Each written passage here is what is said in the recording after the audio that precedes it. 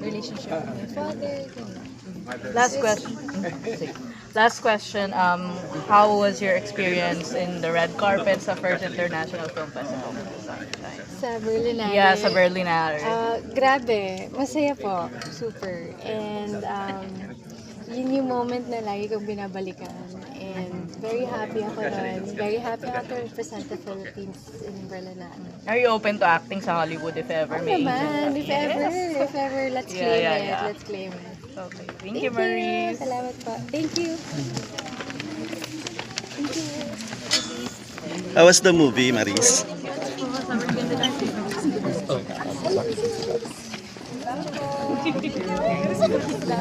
Isa lang. Bilang Maris, kamusta being a part nitong itong movie? Ano masasabi mo sa movie ni Olsen?